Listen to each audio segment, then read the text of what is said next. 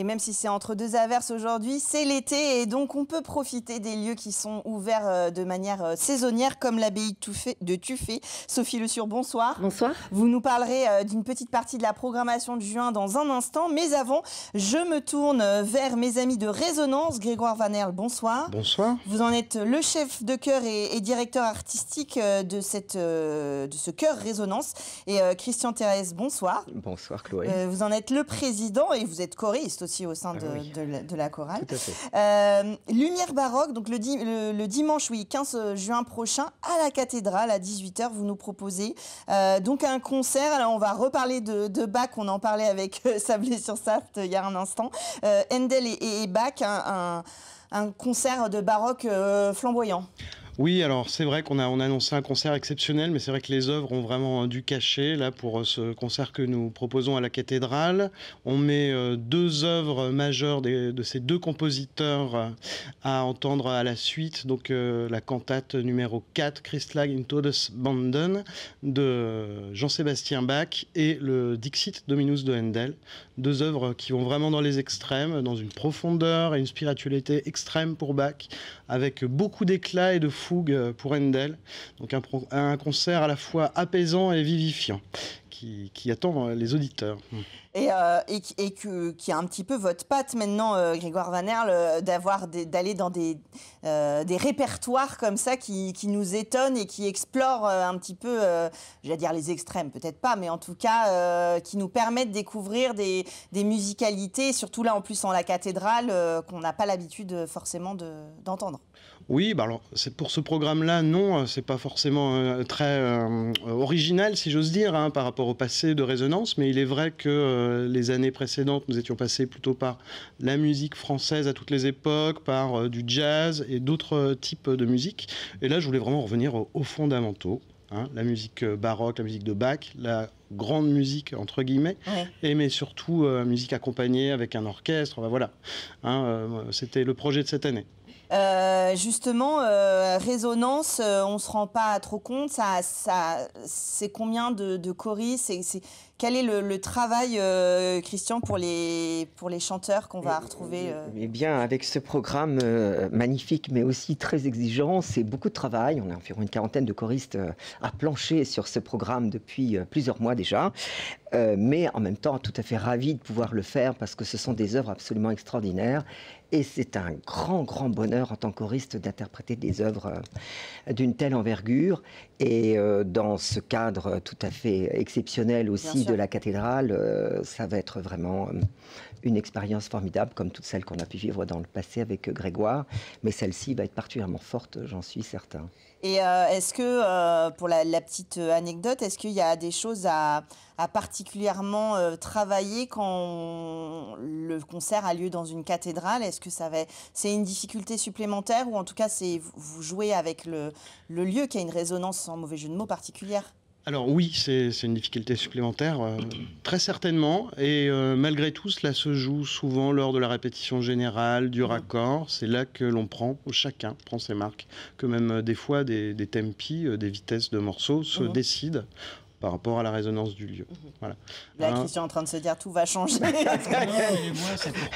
Non. Les instruments, c'est vrai que des fois, il faut voir avec les attaques. Et on a la chance, pour ce projet, d'avoir comme partenaire l'Orchestre des concerts du Mans, hein, avec pour chef historique Dominique Fanal, qui nous accompagne sur ce concert. On est d'ailleurs dans leur saison.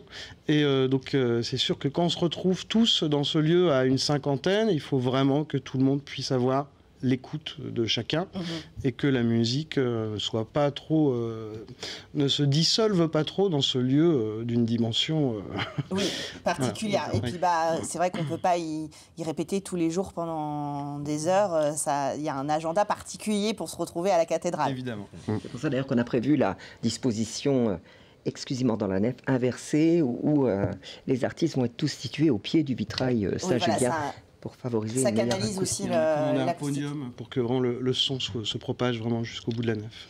Tout est prévu donc. Le 15 juin prochain, c'est à 18h le concert. On prend les places sur le LOASO de Résonance, à la librairie Tuard, et puis, à l'Office du tourisme, et puis sur place. Mais voilà, n'hésitez pas à aller sur le LOASO et suivre le Chœur Résonance, soit sur le site internet, soit sur votre Facebook, pour prendre des nouvelles et voir comment ça se...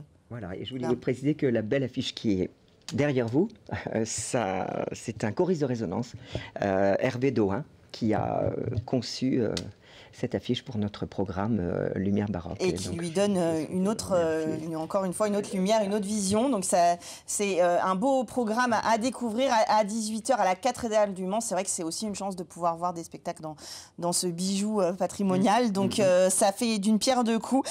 Lumière Baroque donc à découvrir avec le Chœur Résonance. Je me tourne maintenant vers Sophie Le Siour. Vous êtes médiatrice culturelle de l'abbaye de Tuffet. C'est ça. L'abbaye de Tuffet qui est donc ouverte pour la saison et qui sera ouverte tous les jours cet été. Oui. Vous avez le 7 juin, on en parlait tout à l'heure, ce week-end, donc vous recevez en avant-première, en avant-goût de Le Mans fait son cirque. Mais vous avez une belle programmation, notamment le 21 juin, le prochain événement Forum des associations. Oui, qui regroupe toutes les associations, beaucoup d'associations du territoire, culturelles, patrimoniales, justement pour faire de ce lieu, l'abbaye de Tuffet, un endroit encore plus de rencontres et de découvertes. Oui, voilà. Alors déjà, l'abbaye de Tuffet, c'est un endroit qui mêle art et patrimoine. On y fait beaucoup de choses. On y prévoit des spectacles. On fait aussi beaucoup de médiation scolaire. On a des concerts. On essaye vraiment de créer du lien avec les visiteurs et puis d'être un petit peu un lieu de curiosité puisqu'on propose plein de choses. Et en effet, le 21 juin, on va proposer un forum des associations et des créateurs. C'est-à-dire qu'on avait déjà fait l'année dernière un forum des associations. Cette année, on mêle associations et créateurs pour proposer justement un maximum d'informations sur toutes les associations qui existent et qu'on ne connaît pas forcément. Et puis pour découvrir des talents du territoire. Alors, de toute façon, c'est toujours une bonne idée de se retrouver dans des lieux comme ça et de faire de ce lieu un point de rendez-vous régulier, parce que c'est vrai qu'il y a beaucoup d'actions pour tous les types de publics et même le jeune public. Donc, c'est un endroit où on peut se retrouver. Le 27, 28, 29, vous participez au patrimoine de pays avec notamment une exposition, l'ouverture d'une exposition qui aura lieu Alors, l'exposition d'Anne Tassin, j'imagine que c'est celle-ci. Donc, du coup, elle commence le 8 juin et elle se terminera le 10 août. Donc, on a tout le début de l'été pour en profiter. C'est une céramiste qui, là aussi, résonne bien avec le lieu dans son travail, qui est en regard avec la nature et puis, évidemment, la terre, la matière. C'est ça. Donc, son exposition s'appelle Terre de graines, graines de terre. Donc, c'est une exposition qui va résonner avec l'écosystème, pleine de poésie, de sensibilité. Donc, elle intervient le 8 juin et on aura la chance également d'avoir en prélude de cet événement Jacques Tassin, qui est son conjoint, son compagnon, qui est un écologue et qui proposera une balade-conférence à partir de 17h30. Et donc, on terminera cette journée à 18h par le vernissage de l'exposition d'Anne. Donc, tout sera en écho. Avec le reportage L'Enfeuillement du Monde qu'il a co-réalisé également. Dans un autre univers, le 29 juin, vous aurez Jean-Pierre Labbé qui viendra pour Qu'est-ce qu'il fabrique dehors, artiste aussi qui joue beaucoup des sons, des formes et des objets. Toujours dans l'idée de découverte, de partage avec un spectacle qui est vraiment ouvert sur le public, qui joue avec le public. C'est ça, donc il se produira dans les jardins de l'abbaye et donc ça clôturera aussi ces 3 jours de rendez-vous du coup national des journées de patrimoine de pays. Donc il se produira dans les jardins de l'abbaye et encore une fois, ça fait sens avec tout ce qu'on propose et voilà. Et puis, ça continue tout l'été. On vous suit sur les réseaux sociaux, bien sûr, de l'abbaye de Tuffet. Et puis, sur le site internet pour avoir toute la programmation. Et puis, on peut venir visiter, profiter de l'exposition, visiter les jardins. Il y a de l'intérieur, il y a de l'extérieur. Pour ceux qui ne connaissent pas, on peut profiter de l'abbaye, quel que soit le temps et en famille. Tout à fait, vous êtes les bienvenus. On les retrouve donc sur leur site internet. Suivez-les sur les réseaux sociaux pour voir un peu ce qui va se passer dans les prochaines semaines, les prochains mois, cet été. Et puis nous, on va faire une nouvelle découverte. C'est tout de suite dans Culturel.